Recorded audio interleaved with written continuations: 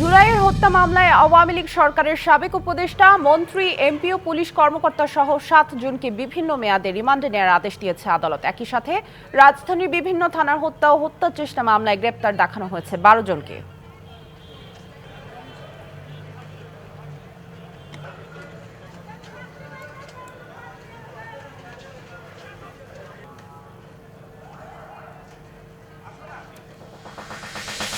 ক্রয় এবং বাজার মূল্য সম্পর্কে সচেতন থাকলে দুর্নীতি লাঘব করা অনেকাংশেই সম্ভব বলে মনে করেন দুদক chairman doctor Mohammad Abdul Momen.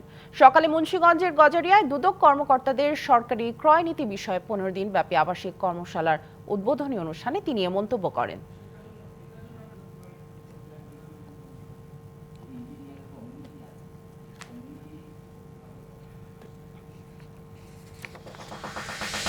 Operation devil হান্টকে ঘিরে দেশের সমুদ্র সীমা ও উপকূলীয় এলাকায় নজরদারি ও তৎপরতা বাড়িয়েছে কোস্টগার্ড।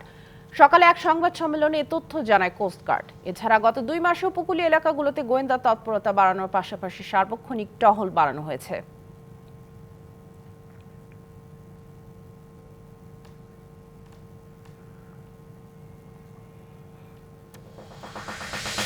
প্রায় 1.5 মাস বন্ধ থাকার পর আজ থেকে আবারও শুরু হয়েছে টিসিবির খোলা ট্রাকে পণ্য বিক্রি কার্যক্রম। রাজধানীর 50টি পয়েন্টে মিলছে ভর্তুকি মূল্যের 5টি পণ্য। ঢাকা ছাড়া বন্দরনগরী চট্টগ্রামে শুরু হয়েছে কার্যক্রম। রংপুরের বেগম রোকেয়া বিশ্ববিদ্যালয়ের নাম পরিবর্তন করে প্রতিষ্ঠাকালীন রংপুর বিশ্ববিদ্যালয়ের নাম পুনর্বহালের দাবি জানিয়েছে বৈষম্য বিরোধী ছাত্র আন্দোলন। আগামী 7 দিনের মধ্যে ইতিবাচক সিদ্ধান্ত না আসলে ক্যাম্পাসের মূল ফটকে তালা ঝুলিয়ে দেওয়ার হুঁশিয়ারি শিক্ষার্থীদের।